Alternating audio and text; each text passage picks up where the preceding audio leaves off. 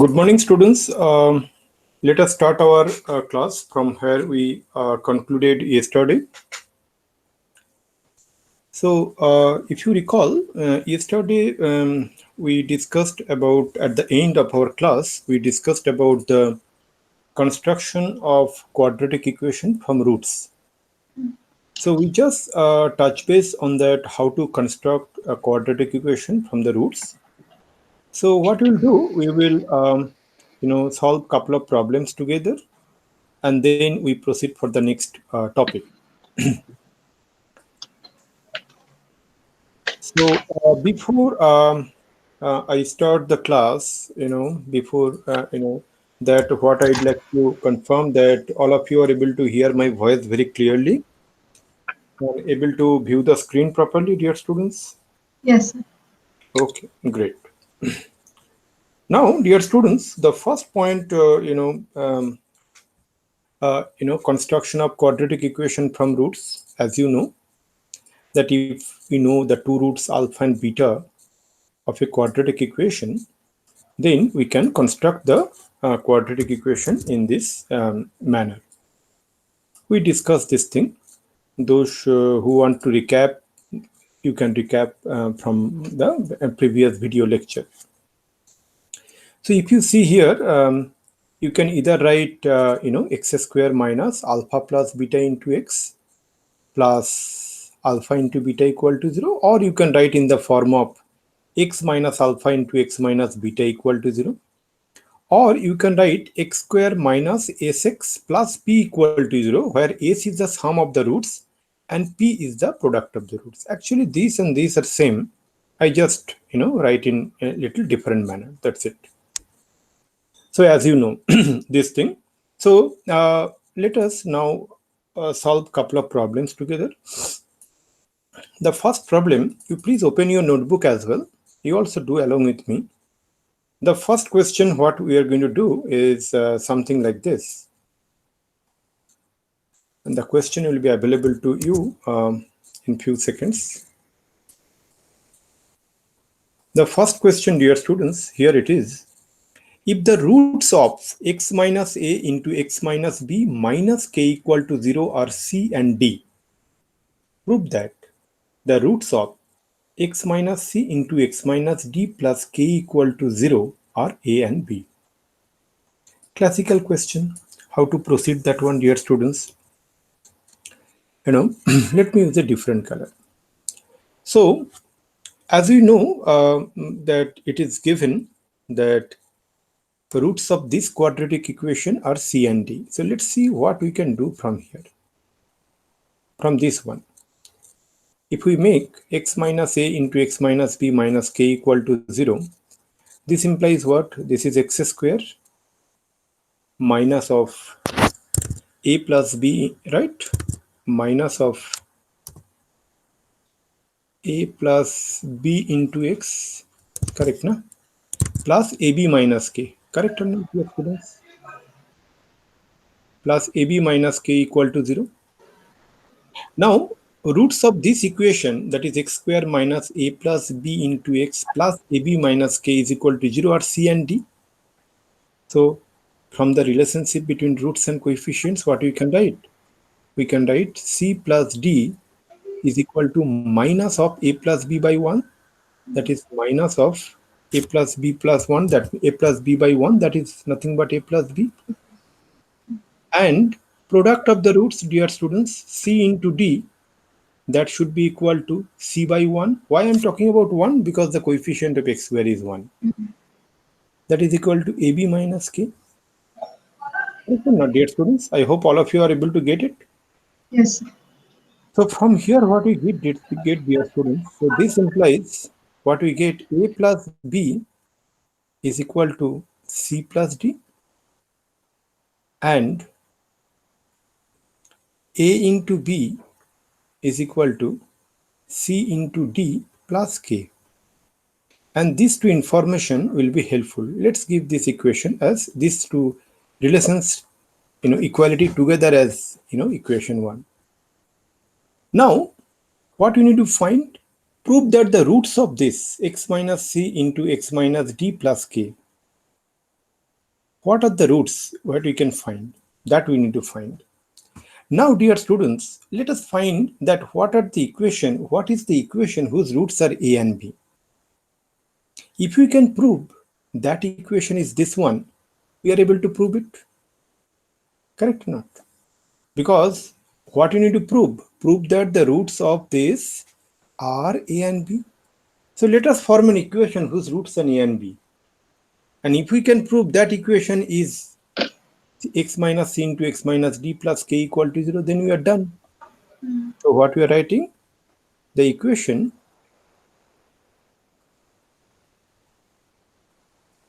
with roots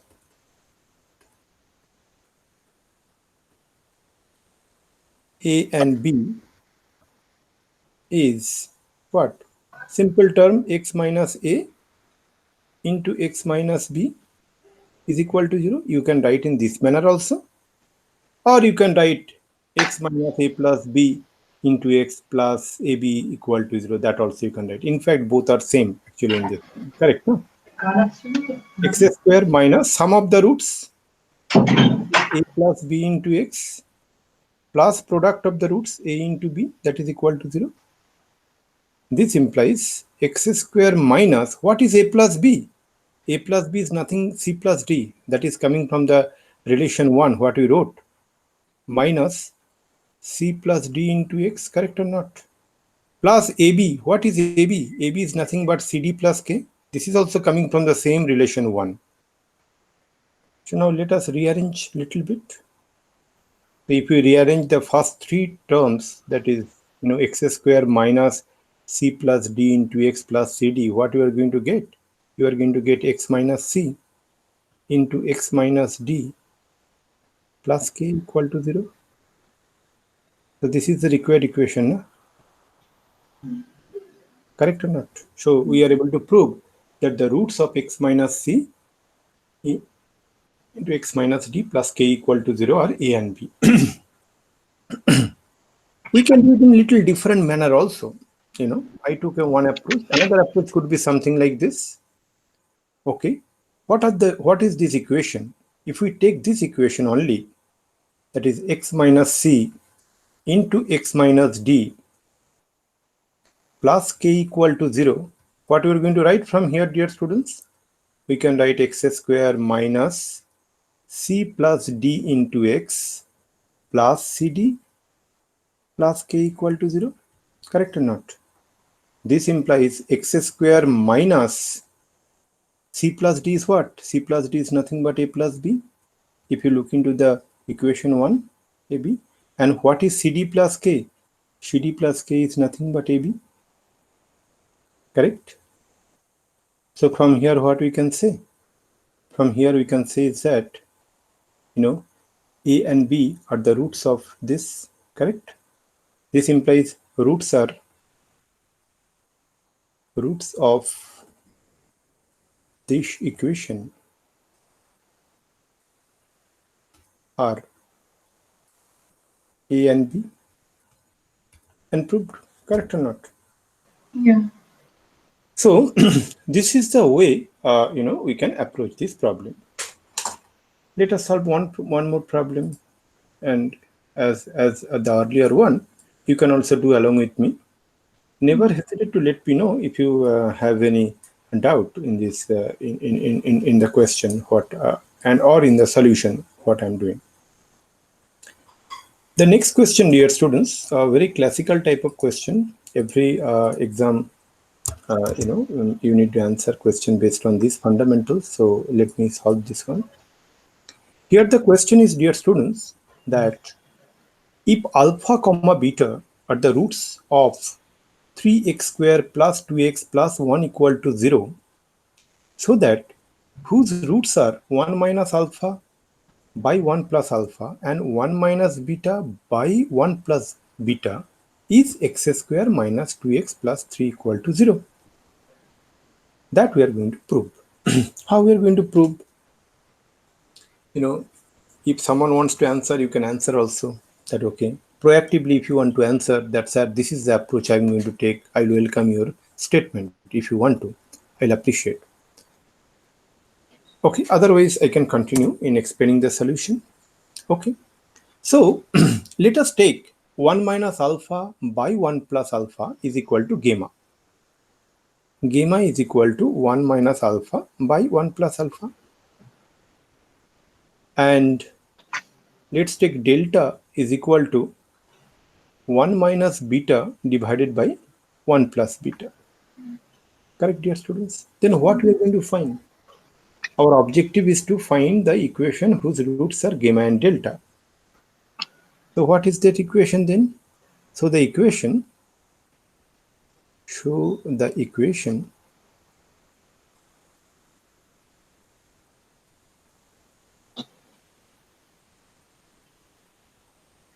whose roots are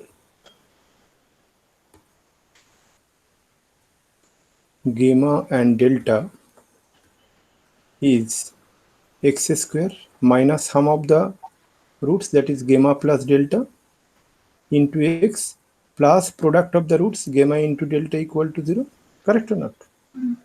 So all we need to find is that, so this is the equation.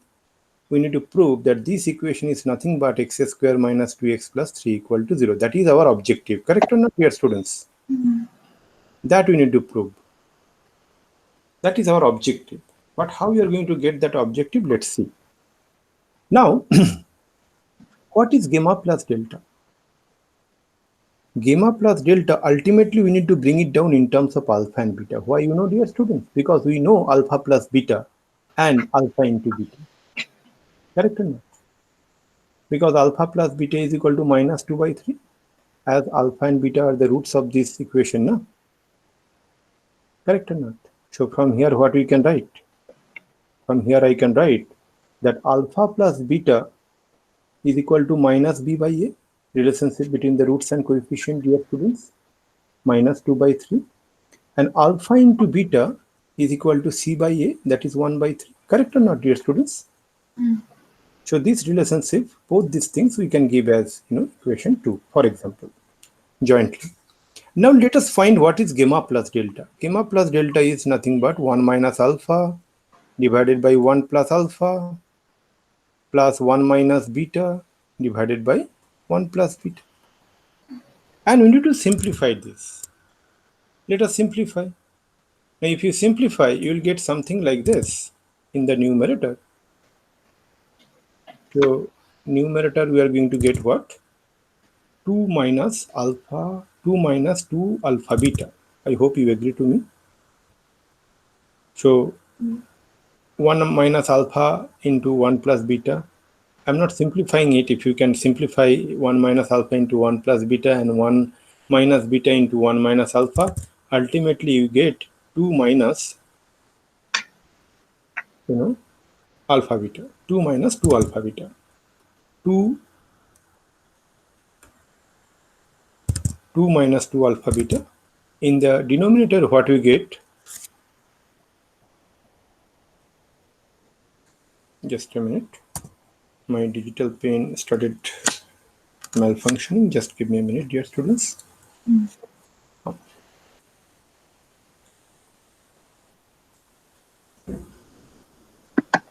Yeah, it started working.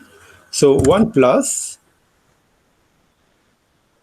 alpha plus beta plus alpha beta. So if we find this one, what we are going to get? We know the value of alpha beta and alpha plus beta, as you see from this equation 2. So what we get? 2 minus 2 by 3. 2 minus 2 by 3 and 1 plus alpha beta, 1, that is 1 minus 2 by 3 and plus 1 by 3. If you simplify, dear students, you will get this as equal to 2. And let's find what is gamma into delta. Gamma into delta is nothing but 1 minus alpha divided by 1 plus alpha into 1 minus beta divided by 1 plus beta. Correct or not, dear students? So as it is multiplication, it is better to give a bracket.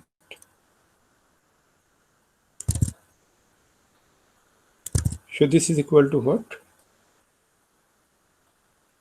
this is equal to, if we simplify, we will get 1 minus alpha plus beta plus alpha beta, and denominator 1 plus alpha plus beta plus alpha beta.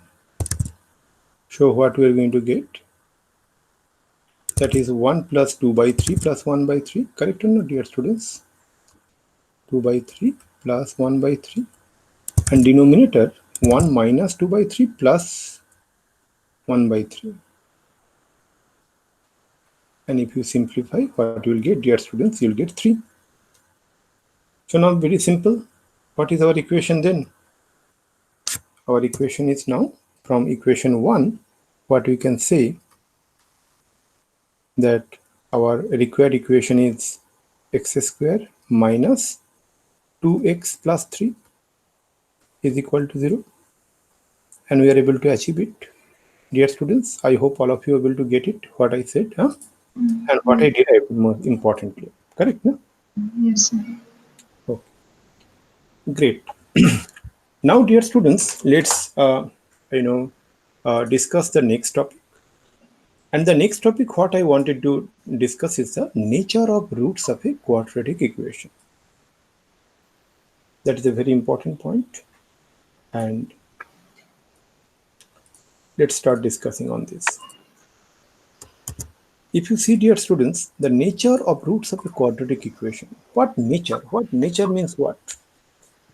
Nature means is that, the roots what I'm going to get, suppose my quadratic equation is ax square plus bx plus c equal to 0, and its roots are alpha and beta. The nature means is that whether the alpha and beta are real and distinct, or alpha and beta are real and equal, or alpha and beta are, imaginary roots, or alpha and beta are irrational numbers. So this kind of, the nature stands for, in this context, is to understand about what, which category the roots actually belongs, whatever the category is what I said now. So for that, so let's, take that quadratic equation. So the usual way we take the quadratic equation is that ax square plus bx plus c. And how we are going to judge this, this nature? We have only, dear students, ABC. Apart from ABC, you don't have anything. No? If you see this equation, ax square plus bx plus c equal to 0, what we have in our hand? In our hand, we have A, B, and C. So whatever the nature we need to study, it should be confined with the value of that expression with ABC. And that value of that expression, what I said in the first class, dear students, is that discriminant, b square minus 4ac. So what I said, dear students, that the discriminant that is known as d, denoted by d, and that is equal to b square minus 4ac, that is an expression, dear students. And that expression is going to play a big role to decide the nature of the roots, like whether the roots are real and distinct, whether the roots are real and equal, whether the roots are complex, whether the roots are irrational numbers, like this. How? Let's find. Now, there are two cases, dear students. Okay. So what are the two cases? The case one, okay, is that when ABC belongs to the set of real numbers and A is not equal to 0. And the case 2 is when ABC belongs to the set of, rational numbers and A is not equal to 0. You may think, sir, we know rational number is a subset of real numbers. Then especially why again you are bringing case 2? As if case 2 is a subset of case 1. Correct? If you have this question, that is quite correct question. Yes, and I also agree. whatever, if you ask this question, absolutely this is agreeable. But there are some corner cases, okay, and related to the irrational number, and that is why we need to bring that, some corner cases in case 2, which is actually also become the corner cases of case 1, and that we'll discuss. So that is why I purposefully make these two distinct. That case 1, let's take their real numbers, and the second one is that they are rational numbers. Let's first discuss that when they are real numbers. That is the case 1. And obviously in both the cases that a is not equal to 0. And if a is equal to 0, as you know, the equation no longer become a quadratic equation. It reduces to a linear equation. And we are not interested to discuss linear equation now. So the case 1, dear students, as you see, in this case, what? ABC belongs to the set of real numbers, and a is not equal to 0. So following are the steps we are going to perform to conclude about the nature of the roots. First, we compute d, as I said in the beginning, dear students, that b square minus 4ac. D is known as the discriminant of the quadratic equation. If d is greater than 0, the value of d, what you are going to get, no? You'll get a real number, right? If that value is greater than 0, then we can conclude the roots of the quadratic equation are real and distinct. If d is equal to 0, then we can conclude the roots of the quadratic equation are real and equal. And if d is less than 0, because these are the three cases possible, na? As long as the value of d is concerned. Either d is greater than 0, or d is equal to 0, or d is less than 0. So if d is less than 0, the roots of the quadratic equation are imaginary and distinct. Moreover, imaginary roots occur along with its conjugate. What is meant by conjugate, dear students? If you recall our complex number classes discussion, if p plus iq is one root, then there will be the other root, its conjugate, that is p minus iq. So that's why I wrote here, means if p plus iq, where p and q belongs to R and q is not equal to 0, is one root of the equation, then p minus iq must be the other root of the equation. I am going to deep dive into each of these cases, that is when d is greater than 0, when d is equal to 0, when d is less than 0, how it actually decides. Let's check the first equation, dear students. Okay, I'm going to take the example for the d is greater than 0. So if I want to study this one with example, d is greater than 0, dear students.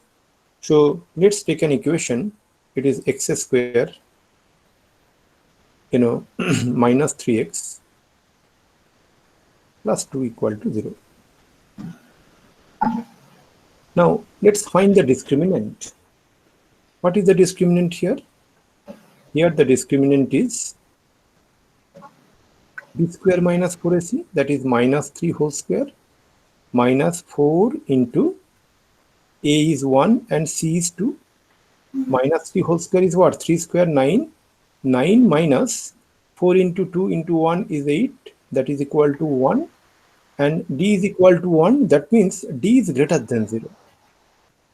As d is greater than 0, we can say yes, the roots of this equation x square minus 3x plus 2 equal to 0 are real and distinct. But it's not going to help us. What are the roots? That you know how to find it out. Minus b plus minus square root of b square minus 4ac by 2a.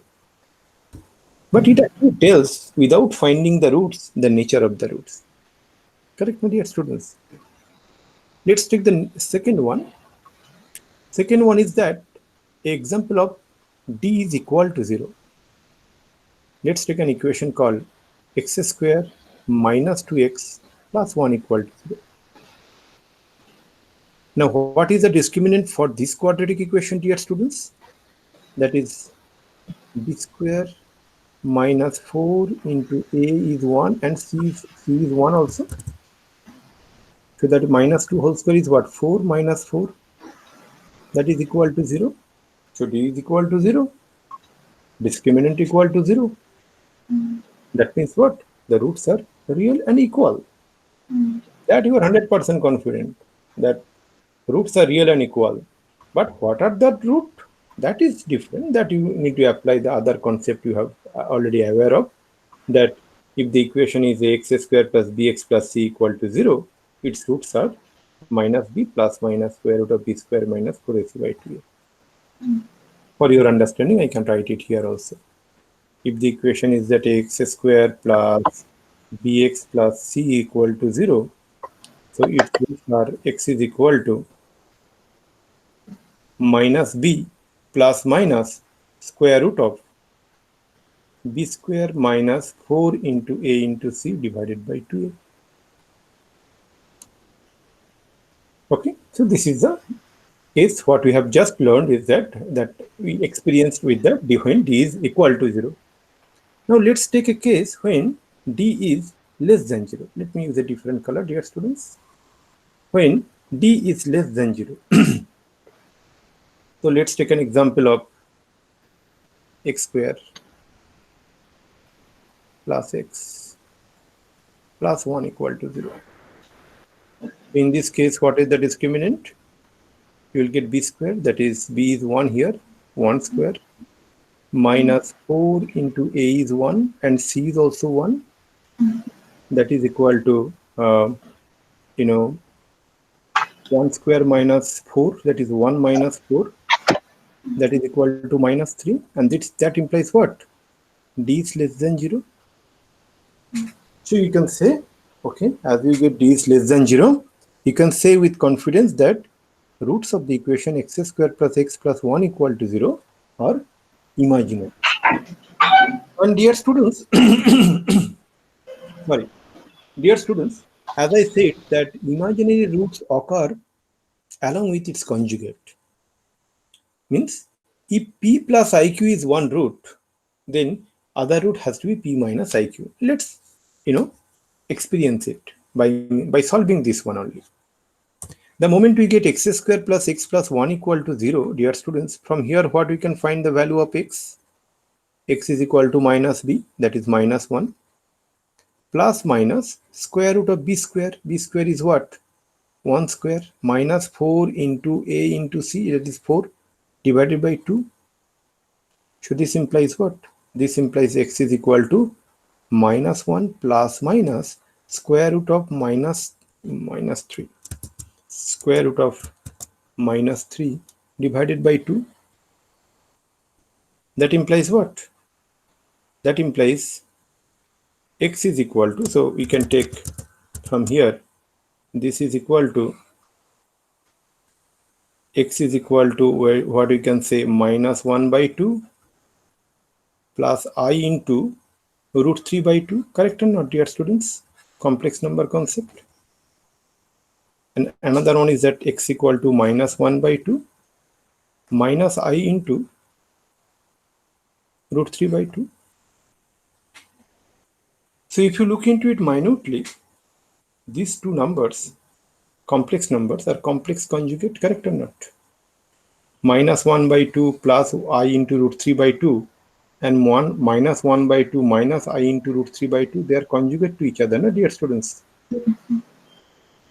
They are conjugate to each other. So that is why this statement is mentioned. If p plus iq, if you just revisit this statement, if p plus iq, where pq belongs to r and q is not equal to 0, is one root of the equation, then p minus iq must be the other root of the equation. Clear? So this is the way we can find the nature of the roots. I repeat, dear students, here the purpose is to find the nature of the roots, not to find the roots. To find the roots, you know what is the procedure, and also you did with one when the roots are complex conjugate. I solved it just to show you that how it looks like that conjugate and exactly how I can conclude. Now, dear students, I am going to discuss the case 2, where the coefficients, that is a, b, c, belongs to the set of rational numbers, and what we get is that um, a is not equal to 0. That is also a very important one.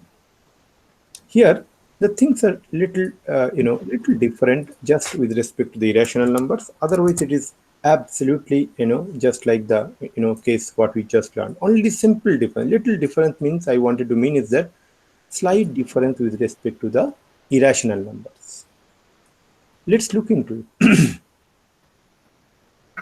That our equation is ax square plus bx plus c equal to 0, in which case ABC belongs to Q and A is not equal to 0. So like the previous case, what you need to do, you need to first find the discriminant, compute the value of the discriminant D. Now, dear students, if D is equal to 0, then to find roots of the quadratic equation are rational and equal, means you can say real and equal as well. Now, if D is greater than 0 and is a perfect square, roots of the quadratic equation are rational and distinct. But if D is greater than 0, but it's not a perfect square. Okay? Perfect square of what? Perfect square of a rational number. Then roots of the quadratic equation are irrational, because you know what is irrational? Square root of 3 irrational, square root of 2 irrational, but not square root of 4, because 4 is a perfect square. So that is the slight difference here I wanted to mention. Okay? If you look into the case 1, there we discussed about only D greater than 0. No other, conditions we have discussed. But here we are just, deep dive into two cases when D greater than 0. First one is that D greater than 0, but D is a perfect square. So if D is greater than 0 and D is a perfect square of a rational number, then we can say roots of the quadratic equation are rational and distinct. But if D is greater than 0 but not a perfect square, then also you can say root of the quadratic equation are distinct, but they are irrational. But whether rational or irrational, they are actually covering under the point of real, right? Now, if you add them together, what you are going to get? Real number. And that is what we have discussed in that previous case. But one point is that if you get one root as irrational, the other roots should also be irrational, and that should be the conjugate one. Conjugate with respect to the irrational number. That means what? Suppose you get a root of a equation is 2 plus root 3. Suppose someone is telling you, hey, I have a quadratic equation, one root is 2 plus root 3. Then you can conclude, oh, the other root must be 2 minus root 3. It has to be. Without doing anything, you can say. Let me go a little bit about the previous case. Suppose someone is saying, hey, I have a quadratic equation whose roots is 4 plus 5 into I. Then you can say, oh, I know the other roots. That should be 4 minus 5 into I. Otherwise, it is not possible. Okay. Similarly, the case for that irrational number. If 2 plus root 3 is one root, the other root has to be 2 minus root 3. So what I mentioned here, and if you see the underlined statement, moreover, irrational roots occur along with its conjugate, which means if p plus root q, where p belongs to q, q means that is the rational number, set of rational number, uppercase q, and square root of q belongs to r minus q. A little different way I've expressed. That means square root of q is an irrational number. R minus q, difference between two sets, is one root of the equation. Then p minus root q must be the other root of the equation. Correct, students?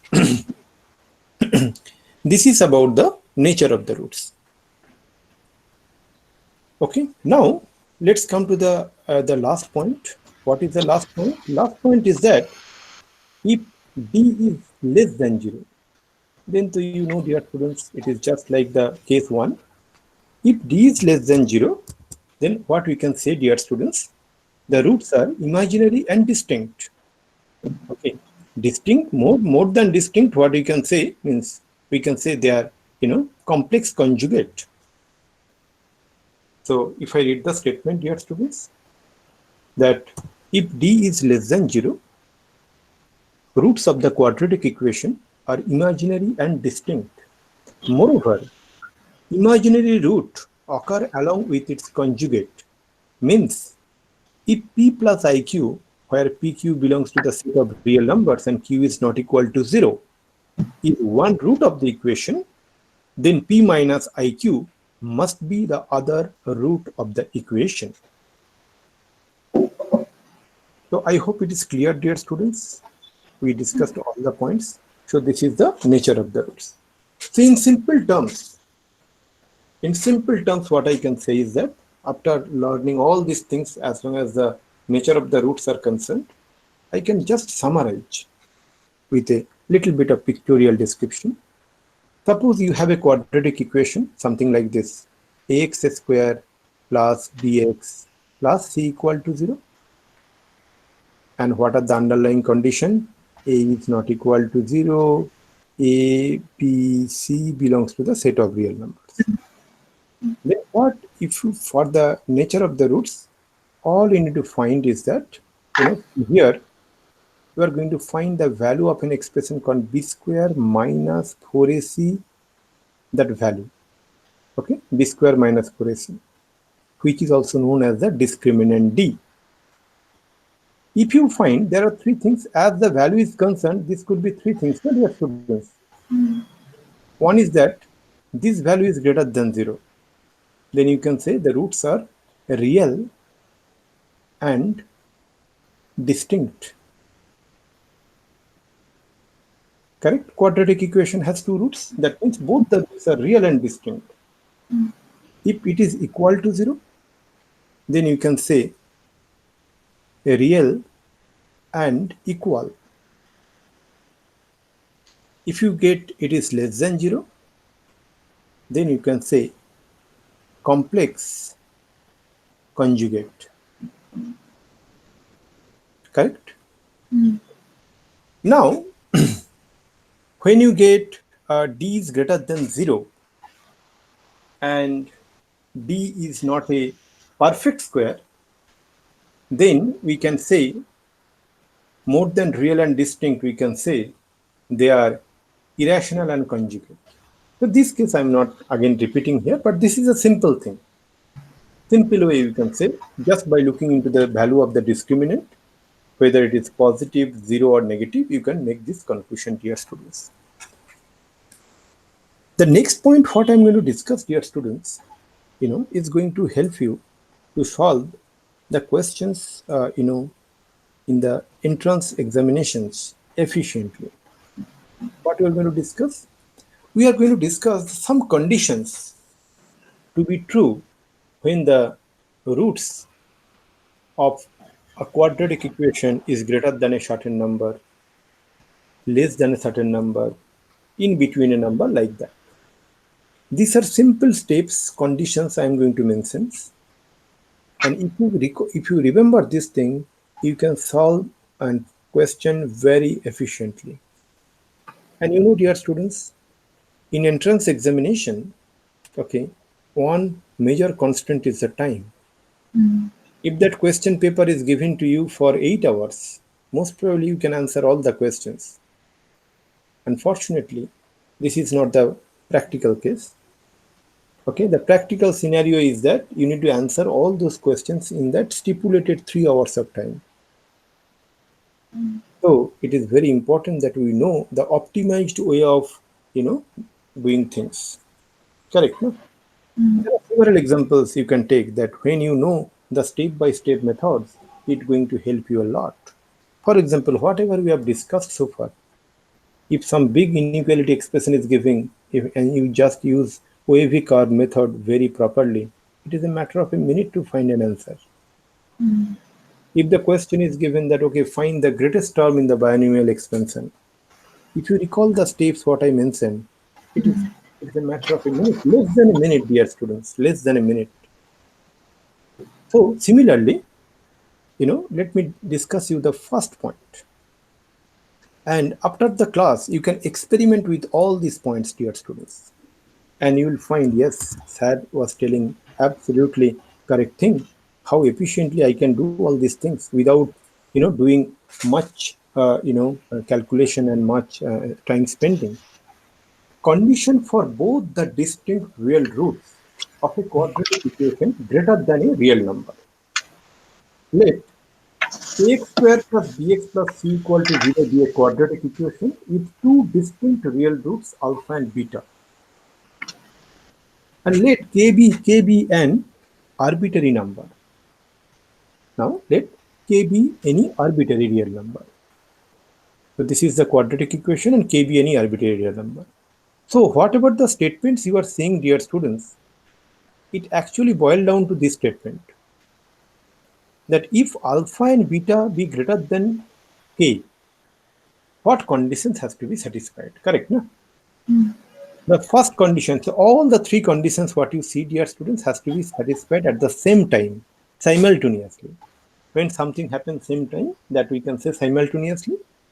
The first condition is that discriminant has to be greater than 0. Second one is that the value of the expression a into ak square plus bk plus c should be greater than 0. And the third condition, that k should be less than minus b by 2a. You may ask, sir, prove it. How we can do this thing? We can prove it. We'll prove later also in other classes when we'll discuss more, the graphical representation of, quadratic function, and then we can discuss all this stuff. But point is not that, as I said few minutes back, can you write down in a stepwise manner? If you can write this in stepwise manner, done. How much time you need to solve? Maybe few seconds. Similarly, dear students, so this is what you need to remember. I repeat, conditions for both the distinct real roots of a quadratic equation greater than a real number, for that these three conditions, what I just said, and you see in front of your screen, has to be satisfied. The next point what I'm going to discuss, dear students, is that condition for both the distinct real roots of a quadratic equation less than a real number. And that I'm going to discuss in the next page. So what is that? The next page is that the conditions for both the distinct real roots of a quadratic equation less than a real number. So let us discuss this thing.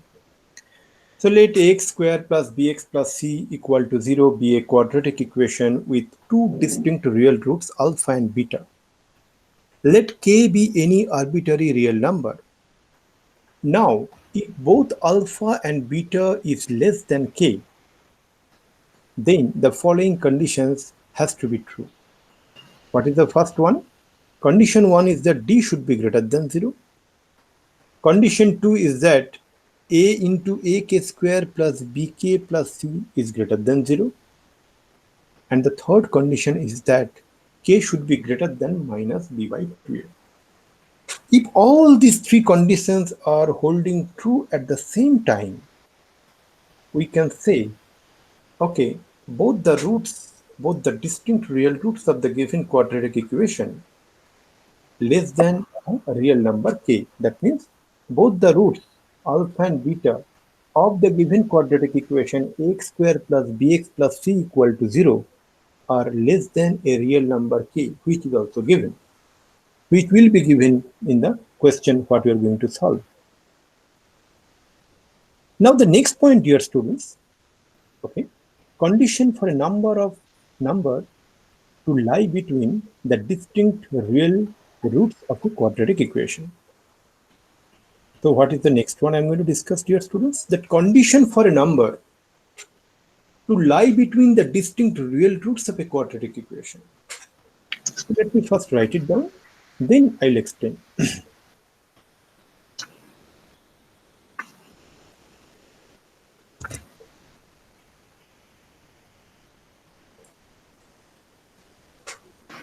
So if you see, dear students, condition for a number to lie between the distinct real roots of a quadratic equation. Let ax square plus bx plus c equal to 0 be a quadratic equation with two distinct real roots alpha and beta. And let k be any arbitrary number, a real number by the way, obviously. Now k will be lying between alpha and beta. K will be lying between alpha and beta. Its mathematical representation is that alpha less than k less than beta. Na? If the following condition holds true, what is that condition? A into ak square plus bk plus c is less than 0. Only one condition has to be hold true. Correct, dear students? I hope you got it. The next point, dear students, is that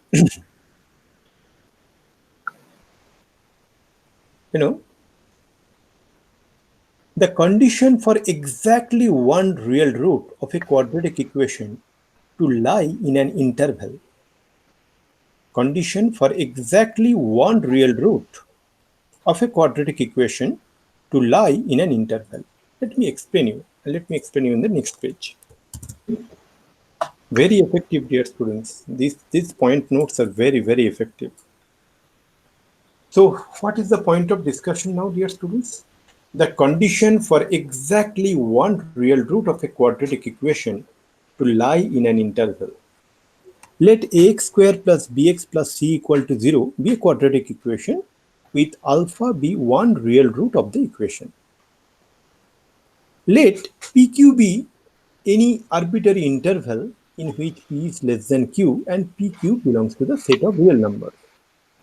Now, the statement what you see, dear student, here, that condition for exactly one real root of a quadratic equation to lie in an interval, its actual statement is something like this. Now, alpha will lie in the interval p comma q if the following condition holds true. What is the condition, dear students?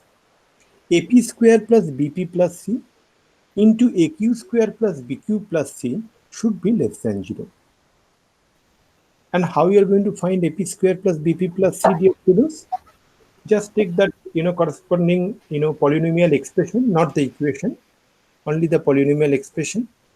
Just replace the value of x, just replace x by the value of p, and you will get that value.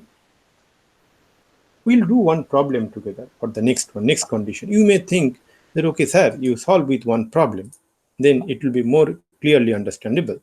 And that's why I took the next one, which is where multiple conditions has to be hold true. I'll solve this by means of an example. So here the case, dear students, is something like that. Conditions for both the distinct real roots of a quadratic equation to lie in an interval. So what is that? So for example, that ax square, ax square plus bx plus c equal to 0 be a quadratic equation with two distinct real roots alpha and beta. Now let p comma q be any arbitrary interval where p is less than q and p comma q belongs to R, the set of real numbers. Now both alpha and beta will lie in the interval p comma q if the following conditions hold true. The first condition, dear students, that d should be greater than 0. Condition 2 is that minus b by 2a must lie between p and q. And third and fourth condition is actually the two sub-conditions depending on the value of a. So it says that condition 3, if a is greater than 0, then ap square plus bp plus c should be greater than 0 and aq square plus bq plus c should be greater than 0. And if a is less than 0, then ap square plus bp plus c should be less than 0 and aq square plus bq plus c should also less than 0. Let us understand by means of an example. What is the example we are going to solve here, dear students? So the question here is something like this. Find the value of a for which the equation. This is a classical question, for an entrance examination. So what is that? The question here is that find the value of a for which the equation 4x square minus 2x plus a equal to 0 has two roots lying in the interval -1, 1. Okay, let us approach. So if you look into this problem, dear students, that first condition has to be what? Discriminant has to be greater than 0. Correct or not? So if you look into the condition 1, so let me use a different color and let me show this thing. That first condition has to be hold true, na, dear students? So if first condition has to be hold true, so what we are going to get? That d has to be greater than 0. But how to find d from the given equation? B square minus 4ac. That is minus 2 whole square minus 4 into a should be greater than 0. That implies minus 2 whole square is what? 4. That 4 you can take common. So 1 minus 4a is greater than 0. As 4 is a positive number, so 1 minus 4a is greater than 0. So what we can say is that a must be less than 1 by 4. So that is one condition we got. Correct, no, dear students? Now let us look into the second one. Okay. Second one, what we are going to get? What is p? In context to our question, p is minus 1. That should be less than minus b by 2a. What is b?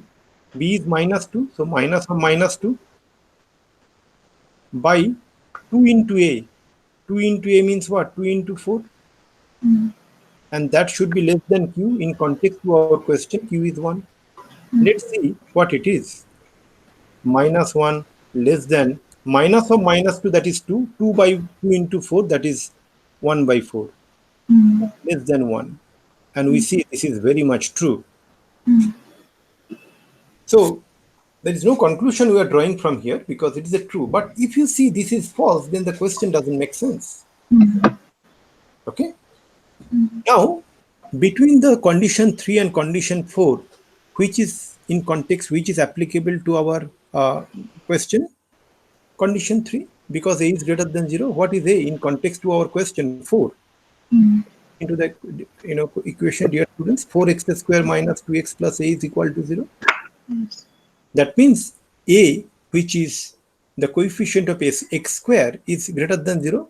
So you should take this one. Correct, not dear students? So what we are going to get? AP square. What is a? A is 4. And what is p? P is minus 1. AP square plus BP.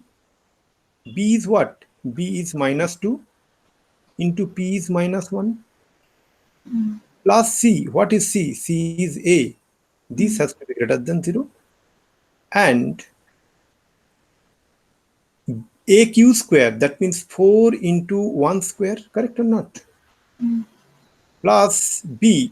Plus means minus 2 into B, minus 2 into Q. Q is 1. And plus C. C is A. That should also be greater than 0. So from here, what we get? 4 plus 2 plus a is greater than 0. And 4 minus 2 plus a is greater than 0. So now, if we simplify a little bit, so what we are going to get?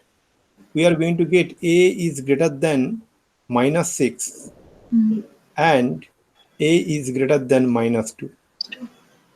Remember, dear students, remember our linear inequality days?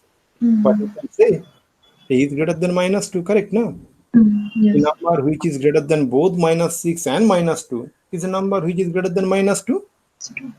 If you just want to recall these linear inequality days, you can look into those video lectures which is available in YouTube. So we can say a greater than minus 2. So now, dear students, we need to club all these together, means both these together. Okay, so what we are going to get from here, we're going to get is that minus 2 less than a less than 1 by 4. This is the required values of a. So a is not a single value. Find the value of a when it is asking. So it is a range of values of a. Correct, dear students?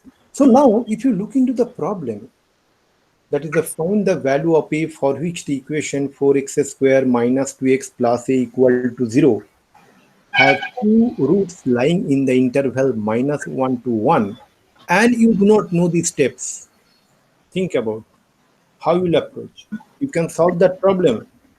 You can with your existing knowledge, but that will not going to solve in a few seconds. That is why it is very important to remember these conditions. This is the justification. Correct, dear students? So now the next point what I'm going to discuss, dear students, is that condition for a quadratic equation to have a repeated roots, and condition for quadratic equation to have a common root, conditions to for two quadratic equation to have same roots. All these things we'll be discussing in our next class. And conditions for the general expression of second degree to be resolved into two linear factors. That we'll be discussing in our next class, that is on Monday at 9 o'clock in the morning. So till that time, you can go through these conditions in each of these cases, and you can form your own quadratic equation and verify those conditions. I gave one example here, dear students. But once you experiment with yourself, spend some time.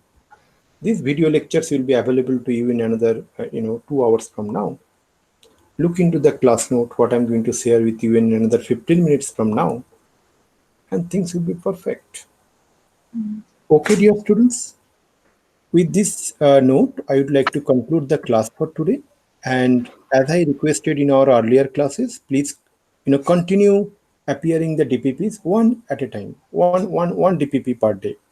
Okay, and you will see over a period of next 7 to 10 days we are done. Yes. But if you make a gap of 2 to 3 days, then workload will be more. So consistency matters. Okay. Okay, thank you, dear students. With this, I would like to conclude the class now. Our next class is on Monday at 9 o'clock in the morning. Thank you. Thank you.